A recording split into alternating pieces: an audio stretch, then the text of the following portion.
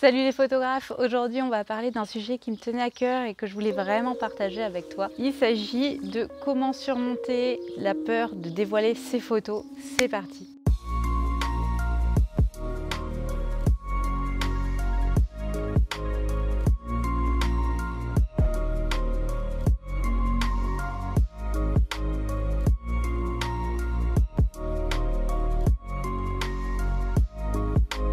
Alors quand j'ai débuté la photographie, au début, je partageais toujours toutes mes photos. Je les partageais partout, tout le temps, j'en étais assez contente. Je photographiais un peu tout et n'importe quoi, enfin voilà, comme tout le monde qui débute. Au fur et à mesure que je progressais en photographie, j'ai commencé à prendre des cours, j'ai commencé à m'intéresser vraiment au travail d'autres photographes, etc.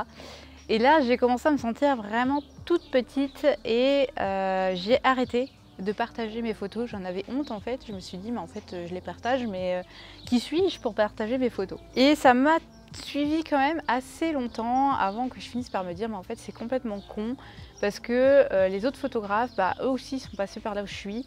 Eux aussi, ils ont galéré avec leur appareil photo, ils ont fait des erreurs. Voilà, donc ils ont des doutes, ils en ont eu, ils en auront. Et je me suis dit, il faut que j'arrête de me limiter. Vous voyez pas, mais il y a mon chien qui est en train de se rouler sur le dos pour avoir des papouilles sur le ventre. Donc je disais, où est mon chien? Et donc je disais, je me suis dit, il faut que j'arrête de me limiter à arrêter de partager mes photos. Parce qu'en fait, partager ces photos, ça a beaucoup d'intérêt et je vais les partager avec toi pour que toi aussi, si jamais tu as peur de partager tes photos, tu puisses les surmonter. Alors pour commencer, je trouve ça tellement dommage de laisser mourir ces photos sur un disque dur. C'est quelque chose... Enfin voilà, Donc je te disais, je trouve ça vraiment dommage et pour moi une photo ne doit jamais avoir pour destinée de mourir sur un disque dur. C'est vraiment pas possible. Aucune photo au monde ne mérite de mourir sur un disque dur, c'est vraiment dommage. Donc vraiment, estime que tes photos n'ont pas, ce n'est pas leur destinée, ok? Et dis-toi que tes photos, elles doivent être partagées. Et je vais même te donner une autre anecdote, c'est que même quand j'ai eu le courage ou la folie, je ne sais pas encore, de me lancer professionnelle, j'avais honte d'en parler aux autres. En fait, je n'en parlais pas, je le cachais. Je ne voulais même pas que mes amis, ma famille sachent. Et enfin, d'un côté, ils le savaient, mais de l'autre, je ne voulais pas qu'ils voient mon travail, en fait. Donc, ma page Facebook, je la cachais. Mon compte Instagram, je le cachais. Et je me suis même sentie mal au début quand des gens que je connaissais ont commencé à tomber dessus. Je pense que c'est en bonne grosse partie un problème de syndrome de l'imposteur. Hein. Clairement, il y a de ça là-dedans. Mais c'est quelque chose quand même que j'ai eu du mal à dépasser. Mais tu vois que j'ai quand même progressé, donc comme quoi tout le monde peut y arriver, parce que même aujourd'hui j'ai mes vidéos sur YouTube et n'importe qui tape mon nom est capable de me retrouver, y compris mes amis, mes collègues, etc. Donc ça me tenait vraiment à cœur de faire cette vidéo parce que moi je suis passée par là aussi et maintenant je sais combien c'est important de partager ces photos. Et je vais te donner tous les arguments qui vont te convaincre que tu dois le faire si jamais tu n'y arrives pas encore. Pour commencer, mets-toi dans la tête que tes photos, elles ne peuvent pas plaire à tout le monde. Il y a des gens qui vont adorer et il y a des gens qui vont être indifférents et il y a des gens qui vont peut-être même détester, c'est possible, mais crois-moi, c'est une super chose si des gens détestent ton travail. Parce que si des gens détestent ton travail, ça veut dire déjà qu'il y a un style, que tes photos ne ressemblent pas à n'importe quelle photo.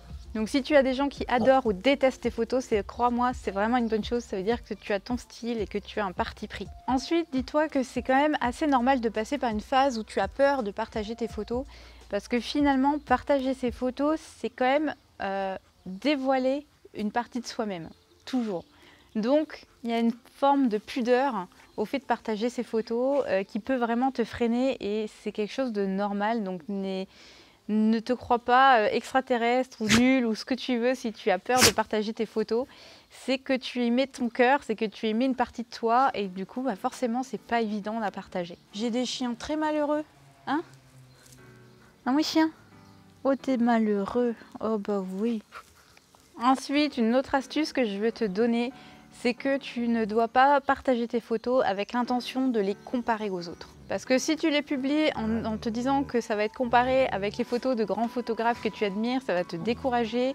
Il ne faut pas faire ça. Tu es toi avec ton expérience, ton profil, tes sensibilités, donc ne fais pas du partage juste pour être comparé aux autres. Il ne faut pas non plus publier des photos juste pour faire la course au like ou la course aux commentaires sur les réseaux sociaux, ça n'a aucun sens.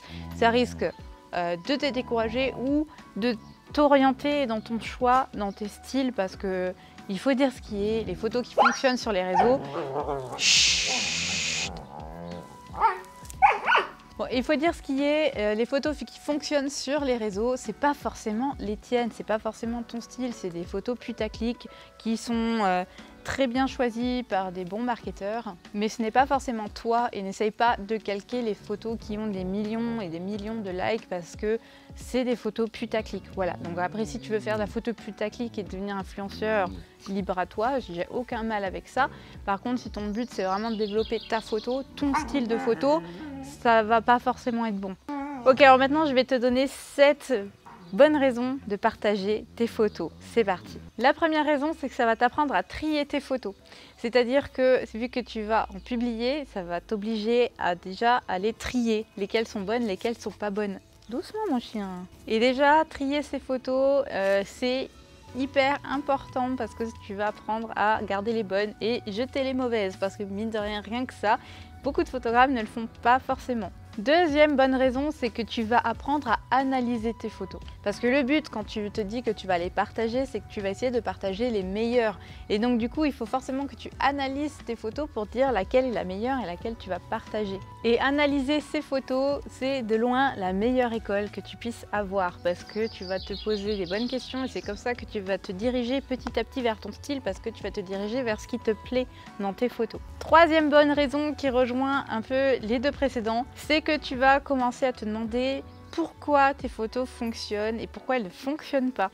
Et ça ne se mesure pas en like, je le dis quand même, ça ne s'analyse pas en like. C'est pas parce qu'une photo a fait plus de likes qu'une autre qu'elle est meilleure. Non, ça veut rien dire, d'accord? Les algorithmes des réseaux sociaux, c'est vraiment un truc artistique encore à côté, mais c'est pas ça qui va te dire laquelle sont bonnes et lesquelles sont mauvaises. Donc le fait d'aller partager tes photos, c'est quand même les analyser en profondeur et te dire ok, celle-là fonctionne, pourquoi elle fonctionne, qu'est-ce qui fait qu'elle fonctionne et que je peux reproduire, celle-là elle fonctionne pas mais pourquoi elle fonctionne pas, est-ce que je me suis plantée dans mes réglages, est-ce que j'ai pas choisi le bon cadrage, ça c'est des questions que tu vas pouvoir te poser parce que tu vas faire ce travail-là de tri, de sélection de tes photos pour petit à petit arriver vers des photos vraiment qui te plaisent, qui te correspondent et crois-moi ça va vraiment te faire gagner en compétences. Ma quatrième astuce, c'est que tu vas apprendre à assumer tes photos, ça c'est super méga péta important, mais tu vas enfin apprendre à assumer qui tu es et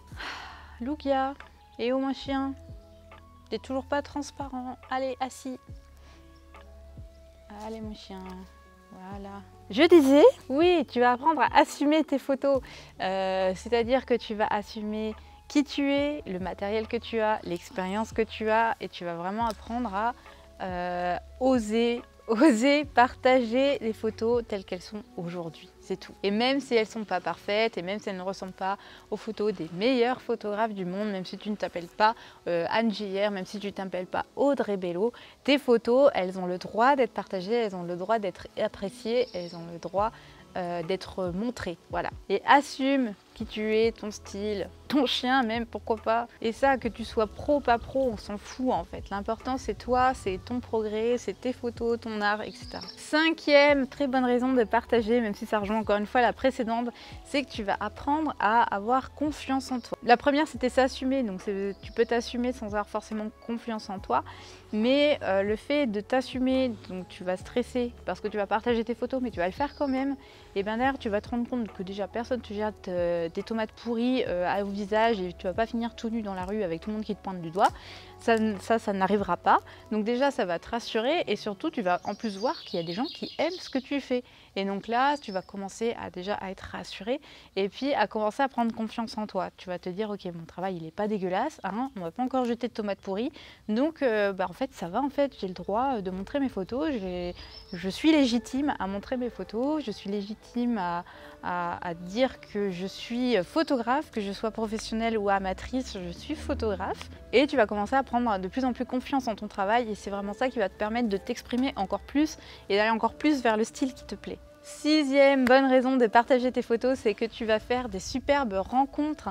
C'est comme ça que tu vas commencer à découvrir d'autres photographes dans le même domaine que toi, donc dans l'animalier par exemple. Tu vas même pouvoir organiser des rencontres, tu vas peut-être te rendre compte qu'il y en a qui habitent juste à côté de chez toi. Et ça c'est génial. Enfin voilà, moi quand j'étais en Normandie, j'ai rencontré d'autres photographes passionnés d'animalier.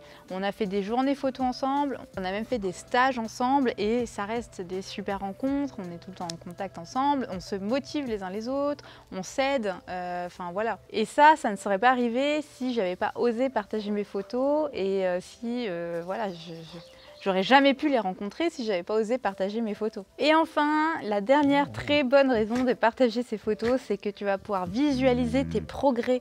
C'est-à-dire qu'au fur et à mesure des mois, des années, tu vas partager les photos que tu estimes être les meilleures et tu pourras regarder en arrière et voir combien tu as progressé.